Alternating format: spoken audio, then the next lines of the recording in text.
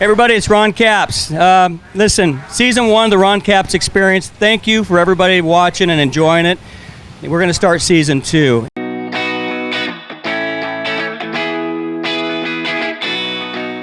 The Ron Capps Experience, we started with Competition Plus to go behind the scenes and give you, these drivers and crew chiefs and owners, a little taste of really what they're all about, that maybe our Fox people don't ask those questions, and maybe there's some things that I might know that I can ask that really our fans would love to know. What makes them tick? What do they do on off weekends? What do they do in the mornings?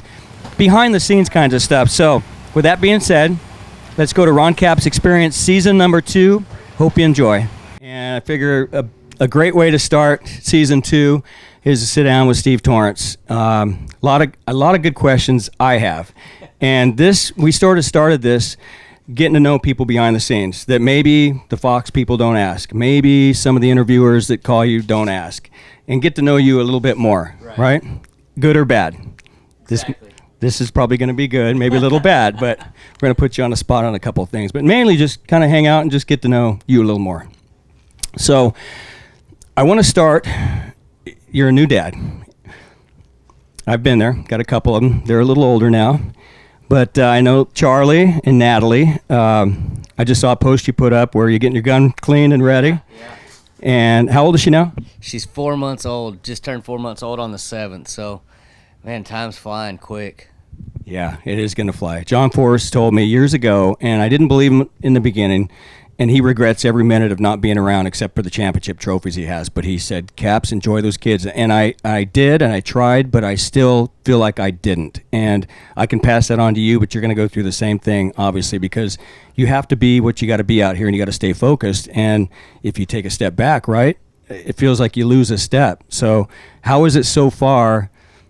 How has it changed you, first of all? I know it changes everybody, but how has it changed you as a racer having that little girl? You know, I don't think it's only changed me as a racer. It's changed everything. I mean, your whole perspective on life is a little bit different.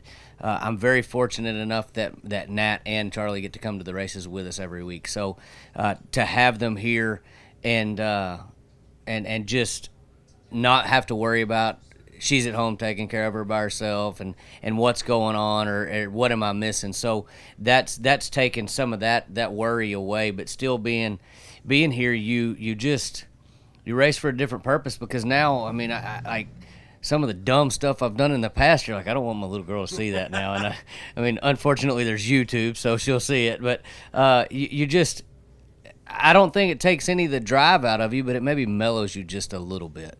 I mean, is there times you're sitting in the car and the thoughts used to be, you know, how I want to drive this other guy into the ground and make him look bad in the starting line? Or, we all know, us drivers, we get these thoughts. Sometimes they're good, sometimes they're bad. But now, sometimes you sit in there and the thought crosses your mind like, hey, I wonder what she's doing right now, or you think about changing a diaper, or just weird stuff? Honestly, I mean, I think that for me it does, and probably for you too. I mean, because your mind wanders, and so you still get that focus and you still get back into that mentality when it's time, but there's other things going on in that head other than just the race car, just that moment. So, yeah, it does. I mean, it wanders around, and I'm wondering, well, wonder what she's doing, because I know she's back here and Nat's watching her, and I hope I get to come back and be happy and say, hey, Dad won. But that's not the case every time, but we're trying.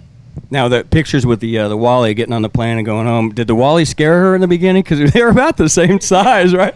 No, she's really into just like looking around and checking stuff out, and she'll stare a hole through you. If you like, some morning she wakes up and she smiles and she's always happy, but then she just looks at you, and I always wonder, what is she thinking? Is she thinking, man, this is my dad, I'm stuck with this guy forever, or just the thought that's going on in her head? But yeah, I mean, she's been pretty lucky. I mean, we've won a lot of Wallies with her so far, and so I'm going to say she's my good luck charm. Yeah, and not to throw anybody under the bus, but a little birdie told me those middle of the nights, baby wakes up crying. How often, and I've got the answer for this already, so I want to hear it from you, but how often do you get up in the middle of the night and trudge into the other room and take care of Charlie? So many times I've never done it. No. You had me, man, because I already know the answer, so I just see where you're going. Good one. Yeah, mamas are troopers. I mean, they're tough, and it's you gain so much more respect for your mother after becoming a dad and seeing what the mom has to do to take care of that child, because it's every couple hours. You know, she's up, and maybe she's not up for long, but she just wants to get something to eat. So you got to get up and feed her. And I hadn't been that solid post right there. I mean, it's been times where I'm like, I got to get up in about 4 hours, so I just get up and go to the other room. But yeah, I hadn't. That's all the credit goes to Nat on that one. You're not the only one, trust me. But I thought I'd call you out a little bit on it. Now, do you have any, like I was always good, you know, the little blue things you'd suck out the the clean out the nostrils. Do they still have those? Well, they probably do. We don't have one over there, but well, you probably got a big electronic one that does it for you. I don't know what all we have, to be honest with you. When we were getting ready for her to get here and everything, there's Amazon boxes showing up every day, and I'm like, do we need all of this? I mean, how did my mom raise me 38 years ago without all this stuff? The little blue bubble thing, and I considered that. And my next question to you is, what do you have as? We all think we have them as dads, right? Whether you think you're the bomb at changing diapers, or for me it was that little blue thing and getting the boogers out, because obviously they can't pick their nose and clean out if they have a problem breathing. But that little blue thing, I was pretty good at getting a booger without hurting her, right? So what superpower do you think you have that just you look at Natalie and you go, see, that's what you do? I don't have the blue thing, but I take and I pull all the cotton off the Q-tip and get it really long and just kind of run it in there and fish that booger out, because the boogers, that's just a deal I have to do. Like I don't want my little girl running around with boogers in her nose. So I'm right there with you. That's my job. Yeah. But I don't have the blue thing, but I'm going to check into it. They've been around forever. Yeah. To pull the earwax out and everything. Yeah. Okay. All right. Let's move on. Before we go further on that, as a father of 4, I got to know, would you rather experience tire shake or have to change a poopy diaper? Tire shake any day, man. Gross things don't bother me. It's not. I can gut a deer. I can kill a cat. I can do all the gross things, but the smell is what gets me. And when the smell hits, brother, certain ones are so much worse. And so when that hits, brother, it's rough. And I'm working through that now. I mean, I had a little incident the other day, and I was like, Nat, need some help here. Need the A-team. I need the A-team to come in to help me out on that one. But yeah, tire shake any day. Any day. I agree. I would have felt the same way. All right, let's move on. Let's start. There's a question I have. You've been on a tear. Obviously, you guys, you hit something. Hogan is great at having something under his belt and not veering too far off. And when it's your case, it's setting the bar really high in Top Fuel. Do you remember, is it easy for you to recall when you guys were struggling and maybe bottom half of the field and blowing stuff up sometimes, and just that part of it? I mean, I remember like it was yesterday, my rookie year in Top Fuel. We were always racing Scott Coletta, guys like that, because I was always bottom of the half of the field, but we weren't a well-funded team. Do you remember those days? I mean, you've had so many wins so quickly, and it's easy to get caught up in that, but do you remember those days very easily? Very, very vividly and clear. I remember those days. I mean, because a lot of people don't really realize. I mean, we started Torrence racing in 11, raced a few races at the end of the year. We had quite a bit of success early. I mean, we ran well from the get-go. But I started racing with Dexter Tuttle in 2006. I raced as That's right. I raced as a teammate with JR the first season for a few races, and then sporadically off and on. But me personally, I remember the bad ones way better than I remember the good ones. And the last 4 years for us has been such a whirlwind of just success and emotion, and it's hard to believe sometimes that to look and see what we've accomplished. So many race wins in such a short period of time. And I mean, you think like, man, that only person I ever seen do that was Schumacher, and he crushed everybody. But I don't really feel like it's that way. I feel like we're just out here having a blast. When you put a group of guys together and you stay with them year after year, that's family, and that's you going out and doing what you do, and it changes the whole dynamic of actually the racing. You know, you're not here and struggling through a battle or struggling through what are we doing here or how are we going to get it to run, and everybody just, there's no bad days here. Everybody's got your back. I mean, if I walked into the bar and punched the biggest guys and I'm in the wrong, these guys are going to back me up. And just you got to be the same as a driver to them. You know, everybody's going to make some mistakes, but well, and here's what I notice, and I noticed this with my new team this year. But you and I, especially when you first started win, we shared a lot of winner circles where I would win, and then you'd say, all right, I feel better about this run because you and I seemed to share a lot of wins early on when you were getting started, and then you kept going, and I wasn't there a lot. But what I notice is, and I've noticed this with teams that are successful, and is good music playing in the pit area, a little louder than normal, right? Just enjoying it. Good people showing up and enjoying, like you said, enjoying what they do and being around the people they do and hanging out away from the racetrack. It's rare. And my teams have always been that way, but I've always looked over here, and we're pitted near you this weekend, and we are a lot. And I love the mentality. I'm out packing my chute when your guys are waiting on your car to come back, and usually it's number one qualifier. And, you know, and the music's already playing, and that's just a vibe I think the fans pick up on. Like when I walked over here, you can tell they feed off that. They can hear our music playing before they get to the pit area, and they notice that's not normal. You look over at some of these, and it's like they've got broomsticks up their butts, right? And they're, yeah, and it's so that mentality seems to have always been here. And like you said, and I compare a lot of what you're doing to Lewis Hamilton. He's not my favorite F1 driver, but people don't remember that he helped that team become, they weren't always the best team, right? And now he's winning everything, and people are mad because he's winning, right? So I look over and I see what you guys have done, and every time you go up there, you feel like your car's, and it does, but you feel like the car is going to go down the track. That's an immense feeling as a driver to not only step on it and think you're going to be number one, but it's going to go through this tire transition and make it down the track. So what brought that mentality? Was it Hogan? Was it you? Was it your guys? I know you've got pretty much the same guys since this whole thing kind of started over here, right? It's the same guys, and everybody pitches in, but Bobby Lagana, Dom Lagana, those guys bring that mentality. And you know, and I know, but not everybody knows, those guys, they've never had a job. They've only raced their whole life. When Bobby and Dom came to work for me, they didn't have a car. They drove the race rig from New York to Brownsburg, and that was their transportation. Other than that, they had a race car, a race trailer, and a truck, and that's it. And when you love something that much, and you see these guys, they're at the shop when they don't have to be at the shop. We don't govern these guys from 8 to 5, and this is your job, and this is what you got to do. Those guys do what they have to do, and if they get it done, they go home. If they need to come in and they feel like they're behind, they go to work and do it. And that, you can't pay somebody to do that. You can't make somebody do that. They either have it or they don't. You can motivate them to do that, and you can make them feel appreciated to do that, and that's what Bobby and Dom do. I mean, they're the lifeblood of this team. And Bobby, anybody that knows Richard Hogan, he's a very difficult person to get to know, a very shy, reclusive type individual, and so Bobby shields everything.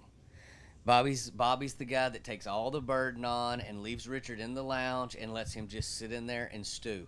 Yeah. And you remember back in the early days of Oakley, they had the mad scientist, the guy with the goggles on and the chemicals and the formulas. Yeah. That's Hogan. He's got the crazy hair everywhere, and I mean, so like Hogan's our mad scientist. We just leave him alone and let him do his deal.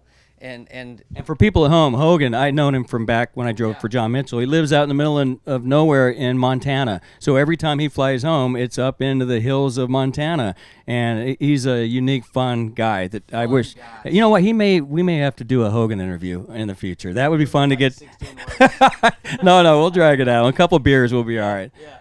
No, and he and I got to know Richard when I worked with Dexter and worked for the Total Team.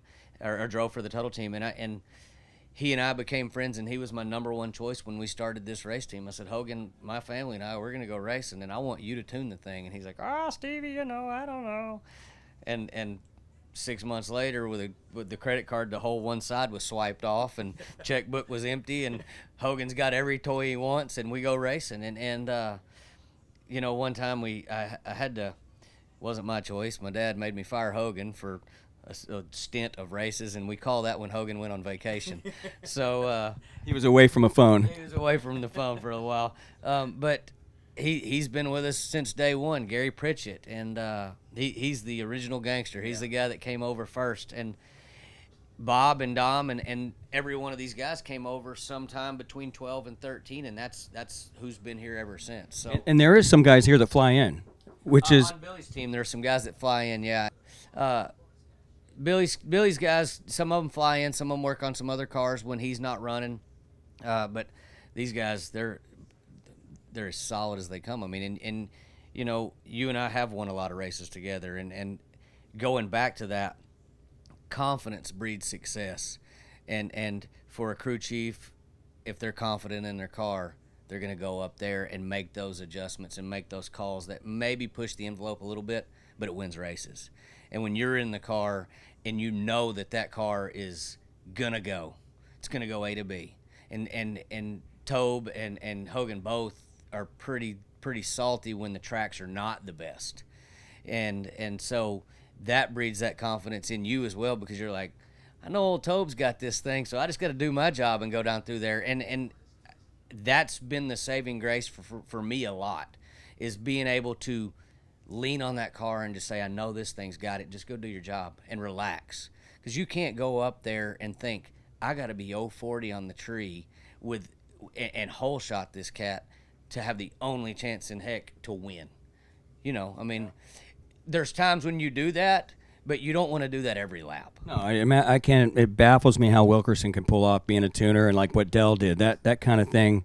Like you said, when you add what Hogan has to go through and then what you got to do as a driver, it's nuts. And yeah, but you have a rare thing where this car is bad to the bone when good conditions, and still bad to the bone when it's not. And that's so rare to have, especially when you have the competition out here and other crew chiefs pushing.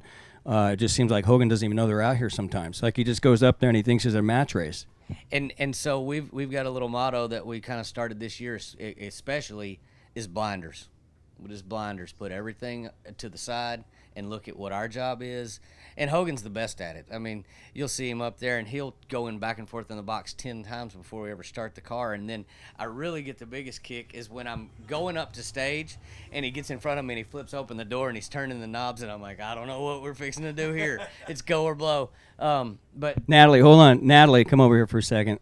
I did call him out on the baby waking up, and he was brutally honest. He tried to trick me, and I don't know how you said it. How'd you say that again? Oh, so many times I've had to do nothing. Yeah, so he kind of threw me a little bit. This is Natalie, of course, mom to Charlie, wife to Steve. Mom. But and she's been around, known her a long time, been in the sport, and that's what made you guys such a great couple when you got together. But she is definitely the rock around here, you can tell. She is. Her and Mama Kay keep me and Billy in line, in check, and Mama Kay still keeps all of us in line, but Nat keeps me and Charlie in line for sure, and I couldn't do it without her. I mean, like I said earlier, the dadgum being a mom deal, I mean, she's superwoman to put up with that, and not put up with it, but just 2 hours a night of sleep, and then having to deal with me on top of all of that, it's hectic. I love it. It's crazy and it's awesome. Who wants boring? It is. This is we live a great life, and we're very lucky, right? I mean, it's amazing we get to come out and do this and be around all these people, and these backstories, you know, that we get to know people like you is kind of cool for the fans. And I'm going to cut it because I want to do a part 2, because I need to know more. First, I got to get some more dirt from Natalie. But I want to know more about growing up with Mama Kay, the karate tournaments. Yes, I want to know what you prepare for food-wise for race day, so these kids, junior dragsters watching, they can kind of get an idea into what you do. I've said what I do, and I've interviewed Langdon and a few other guys, Antron, and I love how we can talk about how we prepare. And then I take mental notes because I can learn from what you're doing a little bit. But yeah, I want to cut this short, and we're going to do a part 2, maybe in a couple races, if you're cool with that. Yeah, and that way you can think a little more. I know you were a little apprehensive when we coming in here. What are you going to ask me when you come in here? I'm trying to set my mind up to know, okay, which way do I got to go with this? But yeah, no, this has been fun. I look forward to doing it again. Yeah. Appreciate it. All right, there you go. Season 2 opener of the Ron Capps Experience. Thanks, Steve. Thanks, Natalie. Thanks, Baby Charlie, for all the good stories already. But we'll come back a little later with the second part of this series. Thanks, guys.